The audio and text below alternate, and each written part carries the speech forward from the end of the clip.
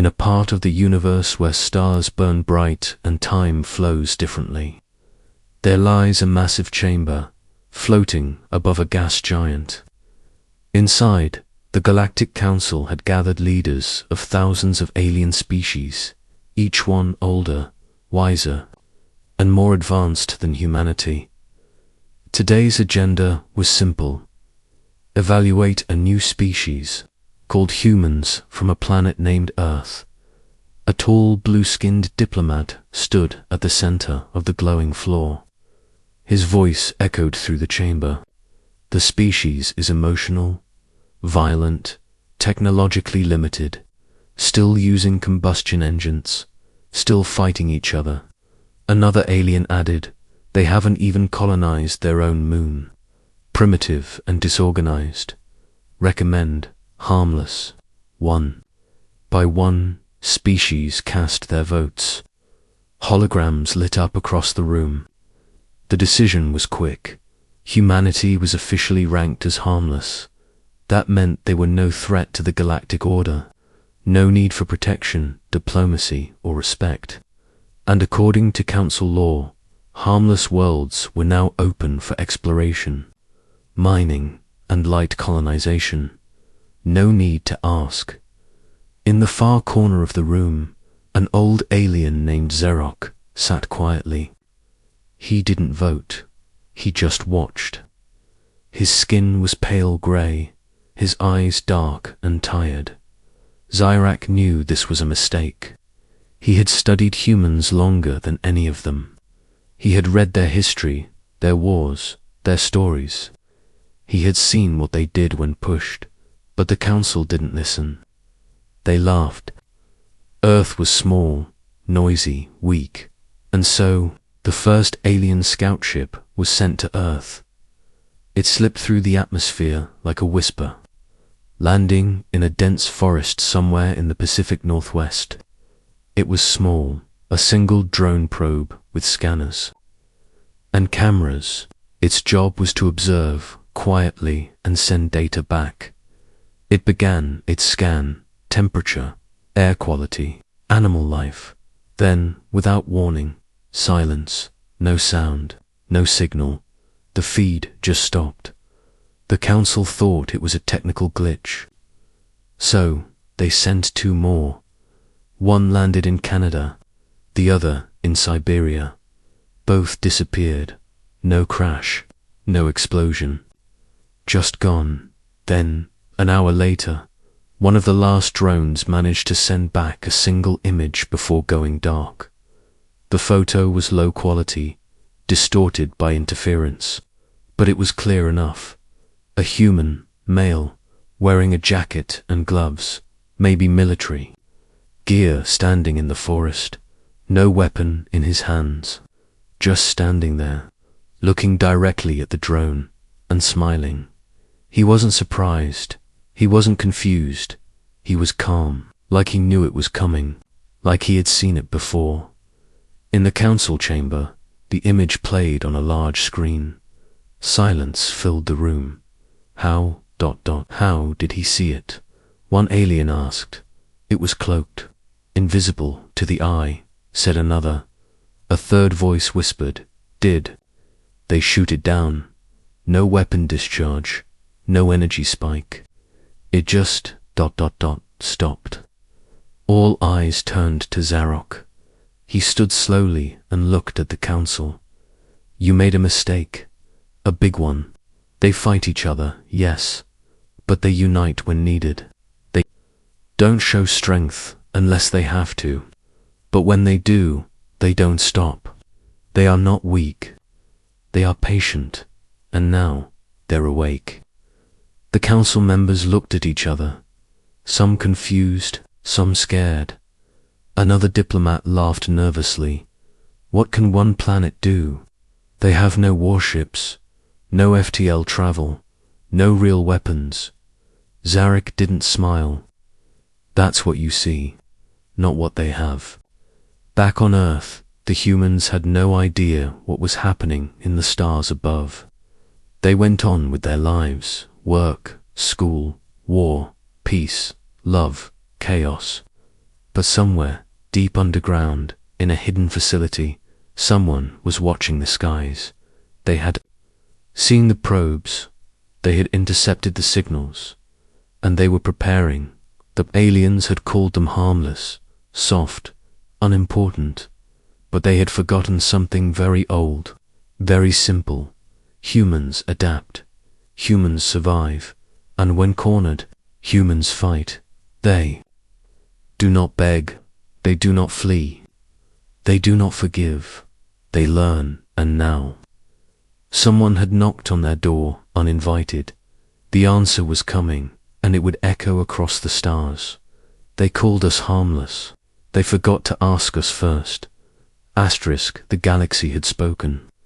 Earth was harmless, but Earth had not spoken back. In a cold hangar beneath a mountain range in Alaska, several screens lit up. Strange signals, now familiar, had entered the atmosphere again. Unknown languages, strange heat signatures, and movement in low orbit. A man in a military jacket stood in the center of the control room. His name was Colonel Reed. His face was calm, but his eyes were sharp. "They're back," he said. His team didn't ask who. They already knew. The probes had stopped for a day after the first contact. Now they were sending something more.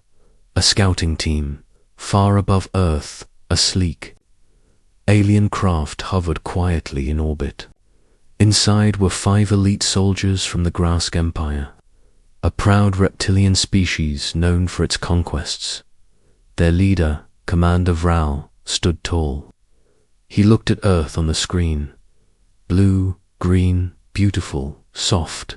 "It looks weak," one soldier, SAID-VRAL, nodded. "And quiet. But something destroyed our drones. We find out what." The ship entered Earth's skies cloaked. It landed deep in a quiet American town in the middle of nowhere. No humans in sight. No vehicles. No power, only silence. VRAL ordered his team to split up and search nearby buildings. They moved through streets, checking homes, stores, and houses. But something felt wrong. Toad was left on tables. Lights were on. A TV played white noise in a dark room, but no people. It was like the town had been emptied in a second. One soldier entered a school. Children's drawings still hung on the wall. A swing moved slowly outside, even though the air was still. Then came a sound, not loud, but close. A whisper. The soldier turned. Nothing there. He activated his CUM. No signal. Then, a soft click behind him. He turned. The screen went black. Back at the ship, Commander Vrel tried to reach his team. No reply. One by one, the signals disappeared. Vrel, now alone with his last soldier, began to worry. This wasn't a battle. It was a trap. He stepped outside the ship, and that's when he saw her. A human, a young girl, maybe 10 years old, standing barefoot on the road. Dirty clothes, pale skin. She didn't move. Vral raised his weapon. "Don't come closer." She didn't blink. "You shouldn't have come," she said. Her voice was soft, calm, almost sad. Then she looked past him. At something behind VR, Al turned just in time to see a shape move from the shadows. And then, nothing. The Grask Empire ship never returned. 2 days later, the Galactic Council received a message. It came from an unregistered frequency, marked Earth origin. It was short, a few seconds, no image, just sound. A male human voice spoke. "We saw your eyes in the sky. We watched you come. You called us harmless. You sent hunters.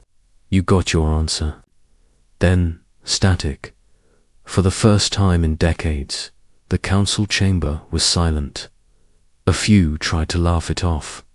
It's just noise, a trick. Humans can't strike back. But Zarok spoke again. That was no trick, he said. That was a warning. They knew we were watching. They knew we were coming. And they waited. Another ambassador leaned forward. Waited for what?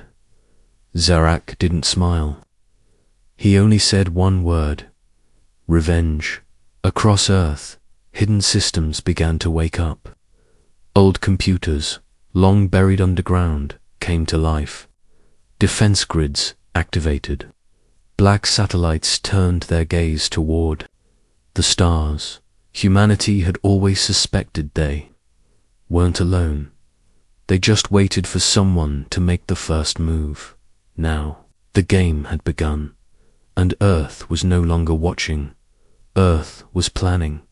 They had sent no fleets, no threats, no warnings. Just silence and a message, one that spread across the galaxy, faster than any ship. Humans were not what they seemed. They didn't scream, they didn't beg, they didn't warn, they waited, and when they moved, they made sure it hurt. The galaxy had ranked humanity as harmless, and now they would pay for it. The message from Earth kept replaying in the minds of the Galactic Council. It wasn't loud, it wasn't threatening, but something about the human voice, calm, quiet, controlled, felt more dangerous than any weapon. We saw your eyes in the sky. We watched you come. You called us harmless. You sent hunters. You got your answer. For many in the Council, it was still hard to believe. Earth had no known fleet, no defense system recognized by galactic scanners. Their ships were slow. Their satellites were simple. Their weapons were ... old. So how had an advanced scout team disappeared without a trace? How had drones been taken without firing a shot? The Council called an emergency meeting. This time, it wasn't filled with laughter. They are using some hidden tech, one ambassador said. Or maybe they have outside help, said another. No way they're doing this alone. Zarak watched them all argue, still calm, still silent. He had warned them.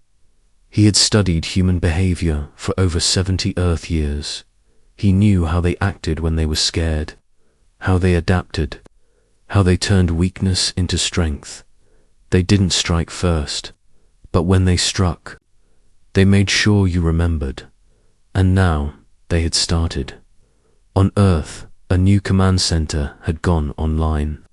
Located in the Nevada desert, buried far beneath an old decommissioned airbase. It had one mission: track, observe, and prepare for alien activity. Colonel Reed stood at the front of the room, watching data scroll across the screens. New signals were showing movement, alien ships in nearby sectors, staying just outside Earth's orbit. Do they know we see them? One officer asked. Reed didn't answer. Instead, he looked at a map showing recent disappearances.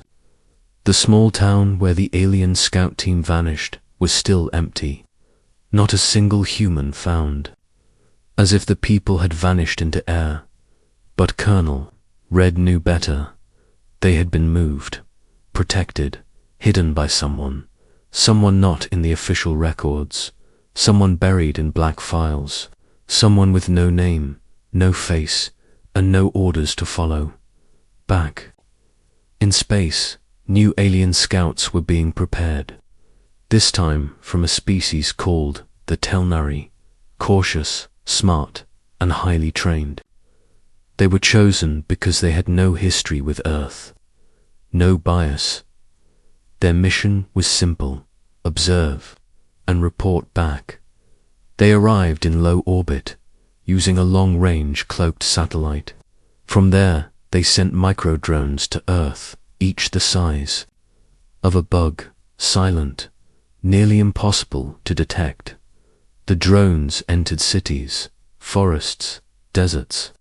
They scanned, recorded, and sent data, and for 2 full days, everything seemed normal. Humans going to work, kids playing, vehicles moving, no signs of military buildup, no strange energy readings, until one drone picked up a signal from inside. A junkyard, a quiet beeping sound, rhythmic, purposeful. It moved closer, scanning the source. Then, without warning, the signal hijacked the drone. For a moment, the drone saw its own systems shut down, taken over from inside. The last image it sent back was chilling. A wall of old car parts, shaped into something like a radar dish, and in the center, a human child, sitting calmly, staring straight at it, holding a radio made of scrap metal. Blinking green, the drone exploded seconds later.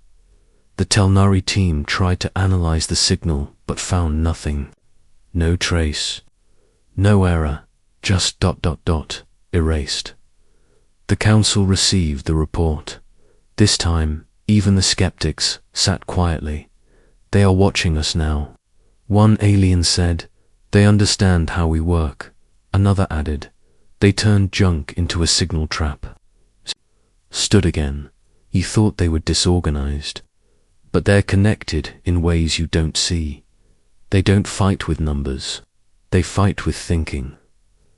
Every probe you send becomes their lesson. Every ship you lose becomes their blueprint. You're not dealing with a weak species. You're dealing with one that learns fast and forgets nothing. There were no more jokes, no more laughs, only fear. Back on Earth, in a farmhouse, far from any city, an old man was on a shortwave radio. He wore a dusty jacket and spoke in code. Phase 2 confirmed. Signal test successful. Scramblers holding steady. On the other side of the world, deep in the Arctic, another man listened. He marked the time in a notebook, closed it, and looked up. Behind him. Under the ice, a machine began to hum. Old tech. Hidden tech, built by humans, but not by governments. By those who believed this day would come. Humanity had never been harmless. They had only pretended to be now. The mask was falling, and the galaxy had no idea what was coming. The galaxy was uneasy. First the drones had gone silent. Then the scout team vanished.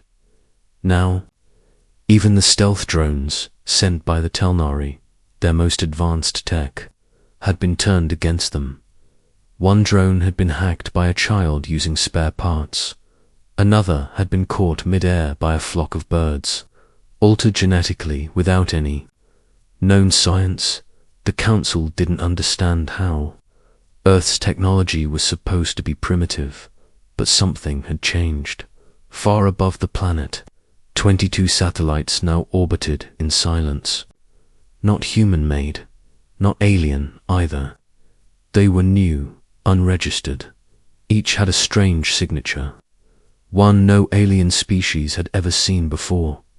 One by one, those satellites began to align, and still, Earth said nothing. In the Nevada command base, Colonel Reed stood before a panel of screens. One showed live footage from Earth's atmosphere. Another showed intercepted alien messages, now being translated in real time. "They're watching us closer," said a young analyst. "I know," Reed replied. Behind him, a separate room was sealed off. Only for people on Earth had access. Inside it, a dark-haired woman named Dr. Alara Miles studied long strings of alien code. She wasn't military. She wasn't government. She was something older. Years ago, she had warned about this possibility. That one day, Earth would be tested. That someone from the stars would look down and see a weak planet and decide to take it. So, quietly, her team had prepared. They called themselves Project HFY. No official records, no support, just small groups across the world, scientists, soldiers, engineers, and others, all working in secret. Now their time had come. Alara, Colonel Reed's voice echoed through the calm. They're preparing a diplomatic mission. She paused. What kind? For ships, mixed species, flag colors. No weapons showing. Standard peace pattern. They're coming to talk, she said. Reed nodded, or to test us again. Above Earth, the diplomatic ships entered orbit. Slowly, openly. No cloaks. No threats. They sent a message to all Earth frequencies. We come in peace. We recognize the planet Earth as a developing civilization. We request communication with your global leaders. We apologize for earlier mistakes. The message was sent in 42 languages. Earth never replied. The ships hovered above major cities, New York, London, Tokyo, and Nairobi. They waited. Nothing happened. No missiles. No aircraft. No response. But something began to appear in the sky. Strange clouds, circular patterns, too perfect. The ships scanned the atmosphere. It was normal, but readings inside the clouds made no sense. Heat without heat, movement without form. Then, above New York, a flash, not bright, not loud, but every system on the alien ship shut down at once. Engines, lights, gravity. It floated helplessly, stuck mid-air, and then a voice came through their ship's speakers, not in alien tongue, but in clear English. You were told to leave. You didn't. The diplomats froze. They couldn't trace the signal. They couldn't stop it. Another flash hit the ship over Tokyo. Same result. Total shutdown. No weapon fired. No structure seen. Just ... command. The ships were forced to retreat, slowly drifting out of the atmosphere. Not attacked, but disabled. As they left orbit, every screen on their bridge lit up with the same image. A human face, no name, no background, just eyes, looking right at them, and a single sentence. Now you know what harmless means. When the ships returned to the council, chaos followed. How are they doing this? They control space without ships. They blocked us without war. They spoke through our own systems. Zerak stepped forward again. You still don't see it, he said. They're not showing force. They're showing restraint. You pushed. They waited. You sent soldiers. They sent silence. You came to talk. They showed you the truth. The chamber grew quiet. In a dark corner, one voice whispered, "What happens if we push again?" Zarak turned. They won't answer with words. Back on Earth, the Watchers remained silent. They didn't celebrate. They didn't speak to the public. The world above still moved like nothing had happened. But beneath the surface, across bunkers, hidden labs, and shadow programs, ... humanity had activated, and now every signal from space, every movement, was being recorded, studied, and mapped. They had no empire, no SHIPS, no colonies, but they had patience and memory, and now they had a list. Not for war, not yet, but for what comes next. What comes next? It had been 5 days since the failed diplomatic visit. The Galactic Council had never seen this happen before. A developing planet, one marked as harmless, had just turned away a peaceful mission without firing a single shot, without speaking a single word in return. And somehow they had done it by shutting down every system on those ships. No weapons, no tech, just control. Serac stood before the council again. But this time, no one laughed. No one joked about Earth anymore. The maps were changing. A quiet planet in the corner of the Orion Arm was now surrounded by blank zones, areas where probes vanished, where data went missing, where even the strongest scans returned only silence. And still, Earth said nothing. But inside the hidden command base in Nevada, Earth was wide awake. Colonel Reed reviewed new data with Dr. Alara Miles. The room was quiet except for the hum of machines. "They're moving again," Alara said, pointing at a screen. "Not closer, but faster. They're scared." "They should be," Reed replied. Across the wall, dots lit up on a star map. Red for enemy movement, blue for Earth's observation grid. The blue lights were increasing. Secret satellites, ground signals, deep space antennas built into mountains, deserts, even the ocean floor. Everything Earth had once hidden, even from its own people, was now watching the stars. "They think we're alone," Reed said. Alara shook her head. "They think wrong."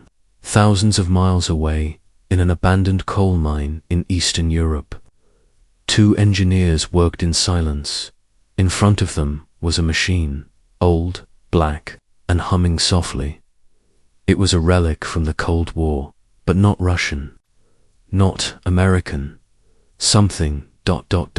else. Carved into its side was a symbol, not human. One engineer wiped his hands, then spoke into a mic. "Node 7 active. Interlock complete. Pattern stable." Half a world away, in South America, another group responded. "Node 4 locked. Phase 2 beginning." The Ashfall network was now live. Earth's true defense grid. Not made of weapons or fleets, but of minds, machines, and memories. Pieces had been hidden all over the planet for decades, built in secret, powered by knowledge gathered not just from Earth, but from crashed ships, stolen tech, and reverse-engineered code. Earth hadn't been waiting to catch up. It had been learning from its enemies in space. The Grask Empire grew restless. They had lost 5 scout teams to ships. And now their honor. Commander Varel's death had never been confirmed, but the message was clear. Earth was not to be touched. But not everyone believed the warnings. A younger general, bold and ambitious, decided to act without council approval. He sent a fleet of 6 warships, cloaked, armed, fast, directly toward Earth's orbit. They would not land. They would not speak. Their job was simple. Test Earth's limits. As the fleet approached, Earth's satellites picked up the cloaked movement instantly. Not because of heat, not because of sound, but because Earth had already seen this pattern before. In Nevada, Colonel Reed got the alert. "They're coming. No ID. 6 signatures. 600 miles above orbit. No comes." He looked at Elora. She didn't flinch. "They want us to react." Reed nodded. "Let's give them nothing." So Earth didn't fire missiles, didn't scramble jets, didn't send warnings. Instead, something else happened. As the ships passed into Earth's shadow side, their systems began to fail. One by one, no fire, no explosion, just dark engines died. Lights flickered, weapons refused to lock, and then their own screens lit up. One line of code appeared, too close. Then the ships stopped moving, completely frozen in orbit. Like statues, inside, the crew screamed, pushed buttons, tried overrides. Nothing worked. The ships were stuck, floating just above a planet they now feared. For 12 hours, they remained trapped, and then, just as silently, their systems came back online. No damage, no trace, just one final message burned into the command screen. This is your last visit. The fleet turned and left. Not a single word was sent back to Earth, but Earth had spoken through control, precision, and calm silence. Back at the Council, chaos returned. There was no attack, no explosion. Then how did they stop 6 warships? They knew everything: positions, loadouts, weak points. Zarek leaned forward, his voice low but firm. They're inside our systems. They're inside our maps. They're 10 steps ahead, and we're still asking questions. He pointed toward the Earth sector on the star map. You called them harmless. Now look what they've become. They haven't even begun to fight. Asterisk, a full month had passed since the failed fleet operation.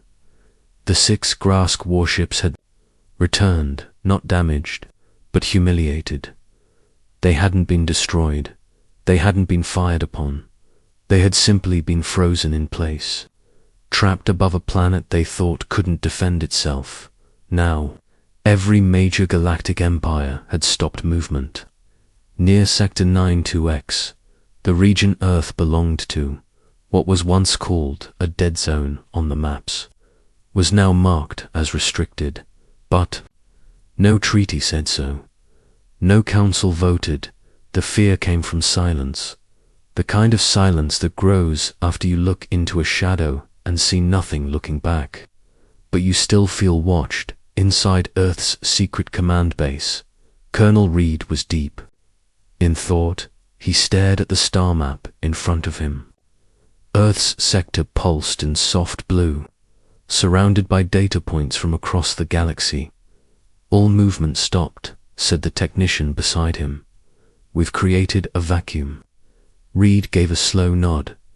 And what happens in a vacuum? He asked quietly. Something eventually fills it. Not far away, Dr. LRR Miles was decoding a recent transmission, one sent not to Earth, but about Earth. It was from a rogue pirate relay on the edge of Council space. A message passed between 2 unknown ships. Whatever Earth is hiding. It's not military. It's older than that. Something beneath the skin of their planet. Something we don't understand. She saved the file, marked it classified, then walked down a long hallway toward a locked chamber, marked only as echelon. Inside, 7 figures sat around a circular table. Some wore uniforms, some wore lab coats, one wore no ID at all. These were the handlers, leaders of Project Ashfall. Ilara stepped forward. We've reached the edge, she said. No one dares to come closer, but the rumors are spreading. We've created fear, but also curiosity. Good, said the man with no ID. Curiosity leads them to mistakes. 1. General raised an eyebrow. We're not responding to any of it. No, Ilara answered. The more they speak, the less we need to. She tapped a screen beside her. A 3D model of Earth appeared, not the surface, but underground. Layer after layer peeled back, showing hidden chambers, tunnels, and something even deeper, a massive ring beneath the Earth's crust. Old metal, quiet dot, alien in shape, but human in build. What is that? The general asked. ELARA looked at him calmly. It's called the Vault. We've been building it for 70 years. With alien tech? No, with human hands. Alien knowledge helped, but the design is ours. And what does it do? She stared at the screen. It remembers. Thousands of miles away, inside the vault itself, machines hummed silently. Rows of servers glowed in dim light. Walls lined with unknown metals pulsed like veins. The air felt old, but alive, and in the center a figure stood, not military, not scientist, a woman in a plain grey suit. She held no weapons, she gave no orders, but every camera in the room watched her. She whispered into the dark, "It's almost time." The vault responded with a single tone, deep, low, and long. Like a heartbeat dot above ground, Earth remained still. No public statement, no satellite launches, no war. But those watching closely began to notice things. A forgotten ocean buoy near Antarctica blinked a strange pattern. A decades-old space telescope came back online on its own. A music radio station in Canada began transmitting strange tones at night. Morse code buried under jazz. The galaxy didn't understand it, but it saw the pattern. Earth was talking not to outsiders, but to itself, waking something, unifying. Pieces, preparing, in council space. The panic grew. An emergency order was passed. No species is to engage with Earth without full council approval, but it was already too late. Someone broke the rule, an unknown, mercenary group, not tied to any empire, moved toward Earth under heavy cloak. A small team, just for operatives. Their goal, infiltration. Find the source of Earth's hidden power. Report back. Sell the data. They landed in Alaska. Far from any city, it was cold, dark, silent. For 6 hours, no one stopped them. They moved. Through snow, activated scanners, planted tracking nodes. Then, their readings vanished, every signal, every system. One by one, their gear shut down. Then their lights, then their heat. One of them screamed, but only once. The last thing their ship recorded was a blurry figure standing in the snow. No weapon, no armor, just a person, watching, waiting, when council forces finally traced the lost team's last location. All they found was their ship, empty, clean, and written on its outer shell, burned into the metal by something not of this world. You were warned, were warned. The galaxy waited. Earth had stayed silent through threats, ships, warnings, and sabotage. But now, after the mercenary team disappeared without a trace, something had changed. They called it the event. It started small, just one signal, a single pulse broadcast across the Council's deep space network. No words, no message, just a frequency Earth wasn't supposed to have access to, and yet it came from them. The signal traveled far, too far, across systems, through secure sectors, bouncing between military satellites. It shouldn't have been possible, but it happened, and when the Council traced the origin, every path led back to Earth, specifically to the vault beneath its surface. Inside the vault, the woman in the grey suit stood once again in the central chamber. Around her, the machines no longer hummed quietly. They were active. Each one pulsed in rhythm. A PATTERN, a countdown. She touched a panel. A deep tone echoed through the chamber. Above her, across every node in the Ashfall network, the same tone repeated. Earth was waking up. In Nevada, Colonel Reed stared at the monitors. "What are we doing?" one tech whispered. Reed didn't answer. He didn't need to. The message was already being delivered. Dr. Alara Miles stood on the base's roof, looking up at the night sky. "They wanted an answer," she said softly. "Now they'll get one." The council chambers were in chaos. We told them to stay away. They were marked non-hostile. They've penetrated our highest networks. They're everywhere now. Zarak stood at the edge of the room. silent. He had watched this from the start. He had warned them now. He simply waited, just like Earth had waited. Then the lights in the chamber flickered. Every screen, every monitor across the council changed, one by one. They displayed a single video feed from Earth. But it wasn't a warning. It wasn't a demand. It was history. Human history. They saw the wars, ancient and modern. The destruction, the survival. They saw Earth's sky filled with bombs, its oceans dark with oil. They saw fear, death, anger, but also something else. They saw humanity rebuild. Again and again, they saw people helping strangers in floods, soldiers carrying injured enemies, children growing flowers in ruined streets. They saw hope. Then they saw Earth's science, a planet that had cracked DNA, split atoms, mapped stars, all while still learning how to govern itself. They saw machines built from trash, cures made from mold, music played during war. They saw willpower. They saw madness. They saw humanity. And then they saw the final screen, a black background, white text. You thought harmless meant weak. You thought silence meant fear. You never asked what we were waiting for. The video ended. Nothing else followed. But that was enough. Across the galaxy, species who had once mocked Earth now feared it. Not because it attacked, not because it conquered, but because it had survived everything and still stood tall.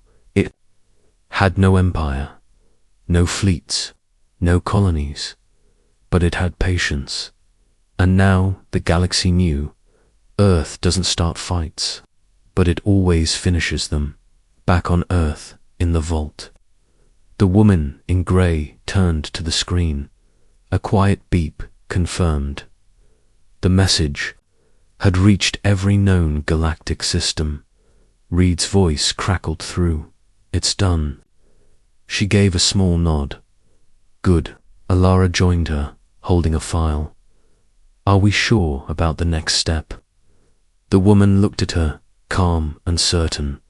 They won't come again, but if they do, the vault is ready. Ilara paused. So what now? The woman smiled. Now we wait. Above Earth, the sky remained peaceful. Birds flew, waves crashed, children played.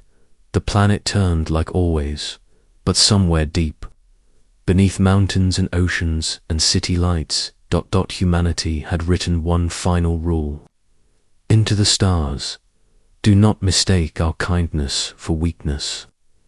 And now, the galaxy would never forget.